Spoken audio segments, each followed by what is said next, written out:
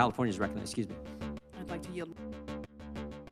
HJ Res 30 would block a woke Biden administration rule that forces Americans to fund left-wing activism at the expense of the retirement savings. So what this will do is actually put people before politics. But unfortunately, President Biden wants to put politics before your own savings. It's for the older generation of America who works really hard to save their money for the day of retirement, they're going to have less. Because he thinks left-leaning wokeism is more important than you getting a return on your investment. Everyone you see behind me has pulled together to pass this bipartisan resolution. I want to give a special thanks, though, to Representative Andy Barr. Andy has done a tremendous job on working this on both sides of the aisle, of looking out for the future of individuals to have more of their hard-earned money. And he put together this bipartisan proposal that passed the House and got a majority in the Democrat-controlled Senate. Along with Andy, there are several members here who are leading the charge against ESG. Right next to me is Chairwoman Virginia Fox from Education and Workforce. She's done a tremendous job. Financial Service Chairman Patrick McHenry and Congressman Huizenga, who leads the ESG working group, and all the members of the ESG working group, and so many more. This resolution that strongly deserves to become law. It passed the House and it passed the Senate on a bipartisan basis.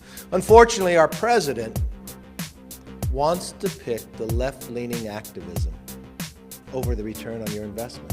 So literally what he is telling businesses, they have to go woke and not look at the return of the investment. So for everyone who invests in a retirement account, you can't look to get the highest return. Why do you invest? You invest to get a higher return so you have money in the future. Now he's taken that away. He's prioritized his own politics over people, and that is wrong. I hope the president will actually do the right thing, side with the American people, and sign this bill immediately. Otherwise, he'll be on record defending a woke ESG rule that undermines Americans' financial security. Now with that, I'd like to call up our majority leader who worked on this to make sure it passed the floor and get to the Senate, Steve Scalise. Thank you, Mr. Speaker.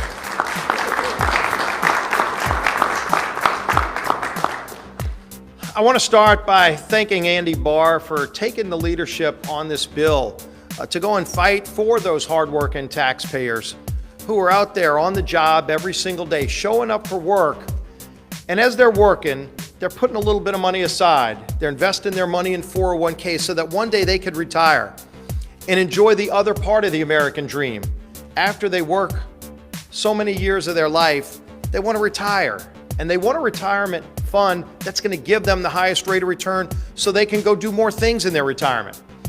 And so they want investment opportunities that are going to ultimately allow them to have the best ability to retire and enjoy their life after work. And yet President Biden got together with a bunch of billionaire elites who came up with utopian ideas to move those hardworking taxpayers' retirement funds into lower returning funds, these ESG funds. Historically, they're lower returns than the market, and by the way, they actually cost more. It's kind of the typical example of big government socialism. Less return on American dollars at a higher cost to the hardworking taxpayer. That's not the America that those 150+ million people worked for. They deserve to have the highest rate of return so that they can enjoy retirement to the fullest. And so President Biden's got a choice. When Speaker McCarthy signs this bill and sends it over to the White House, President Biden's got a choice.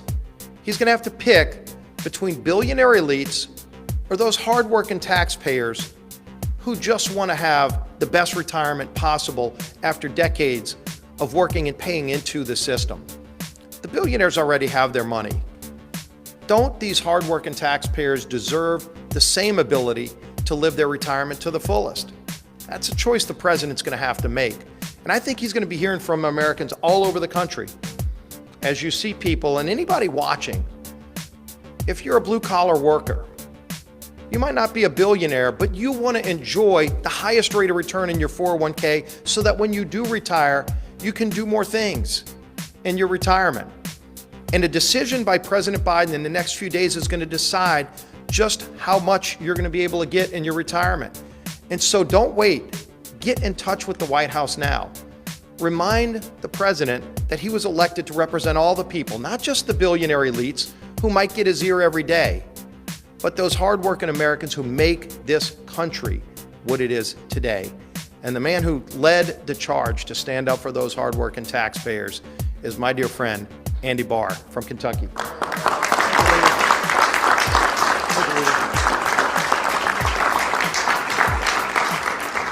Thank you, Mr. Leader, and thank you, Mr. Speaker.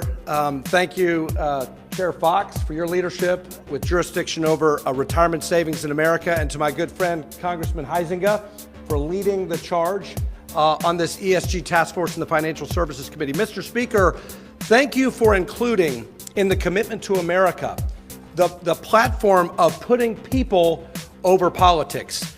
And Mr. Leader, thank you for bringing to the House floor this resolution disapproving of this woke Department of Labor regulation that does just that, puts politics ahead of people and retirement security. And this is a big deal for American workers and future retirees, because the gap between what Americans have saved for retirement and what they're going to actually need for retirement is $3.8 trillion. And so hardworking Americans deserve maximum financial performance. They deserve and need returns. They don't need a regulation from Washington that steers them into higher fee, lower performing, less diversified funds. And that's what these so-called ESG funds are. They are less diversified. They are concentrated risk, and this is investing 101. You want diversification. And this is a big deal in a year where we're coming off of a huge sell-off, where people who were invested in ESG unwittingly and without their consent in many cases, they suffered losses far greater than the average investor who is broadly and diversely invested across the board. And it's true, these funds carry 43% higher fees, which also eat into their returns. So thank you to all of those involved in fighting for America's retail investors, fighting for financial performance, and fighting to get politics out of retirement savings.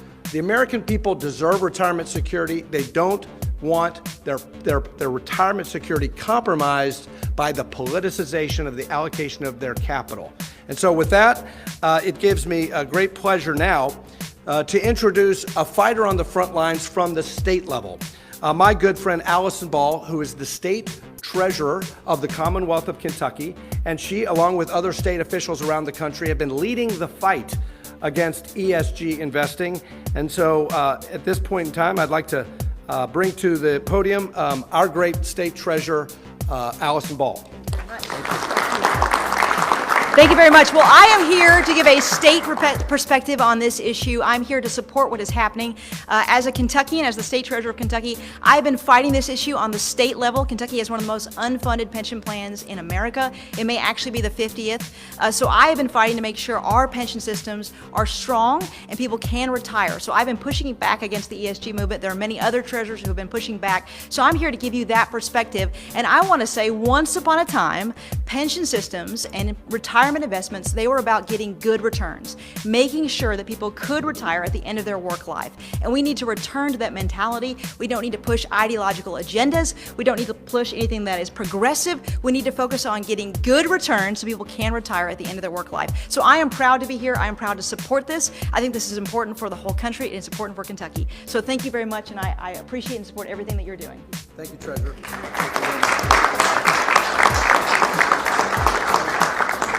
And we're pleased also to be joined by a constituent of mine, a farmer from Fleming County, Kentucky, who at a town hall meeting raised this issue of ESG. How does this issue impact regular, ordinary Americans in addition to savers and investors? Charlie's going to talk about that and how discriminating against energy and investment hurts capital formation and increases the cost of energy for farmers. Charlie?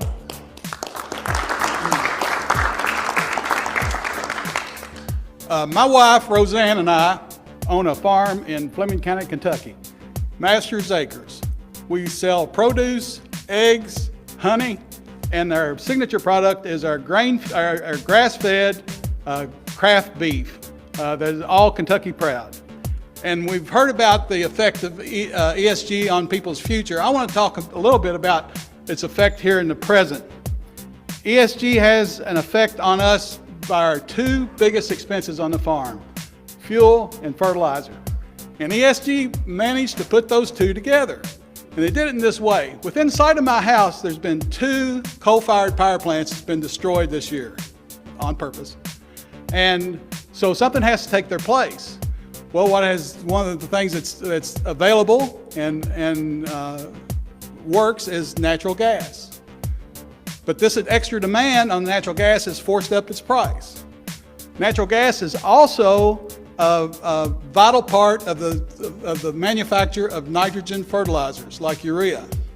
The nitrogen fertilizers are important to all the cereal grains and all the grass that my cows rely on. So urea last year went from about $300 a ton to nearly $1,000 a ton. And that had a big effect on our business and it allowed us, well, prohibited us from fertilizing as we should have. Energy exploration is slowed down by ESG and the pressures put on the energy sector. Last year, we saw our diesel fuel prices double. And we all remember $5 gas. And that has a big effect on our bottom line. So in the end, our farm has not been able to raise our prices enough to compensate for the increased costs, squeezing out our profits to the point of we're really operating at a loss. We look forward, Mr. Speaker, we look forward to President Biden signing this bill and support our farm by cutting our costs and also allowing us to reduce the price of our food to our customers.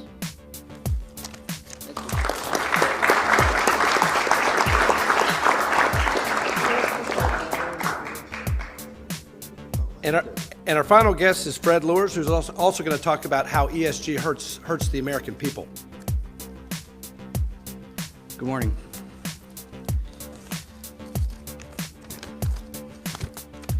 My name is Fred Lewis. I'm from Menominee Falls, Wisconsin. I'm a facility supervisor for the Petron Corporation.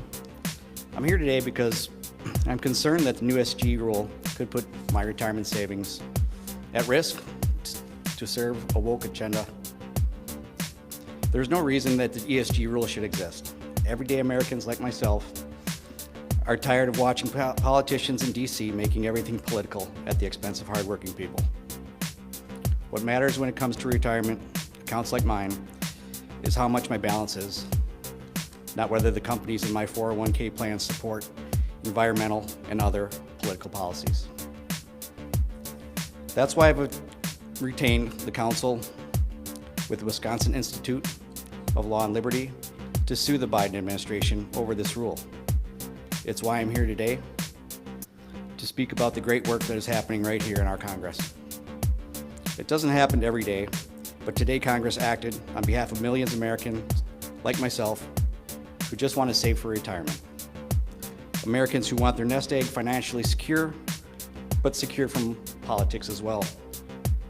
And with any hope, the President will see the action and respect Congress's decision to reject this rule. With the stroke of a pen, he can end this rule and protect retirement for all Americans. Thank you.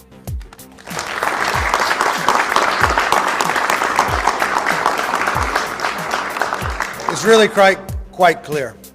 The President has a decision to make. He can follow what the majority of a bipartisan in the House and Senate said to stop this. He can follow the American public. If he vetoes it, Americans are going to have to work longer and have less retirement. But there's another aspect of this.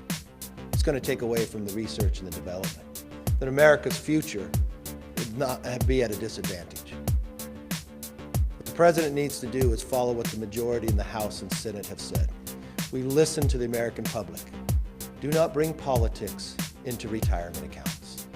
let people make their own decision and have greater choice and get a greater return on the investment so they could have more money for their retirement, more money for their grandchildren, and more money to be able to have a safer life as they move forward. So, we're going to move over. It's going to be the first time I've signed, but it will not be our last.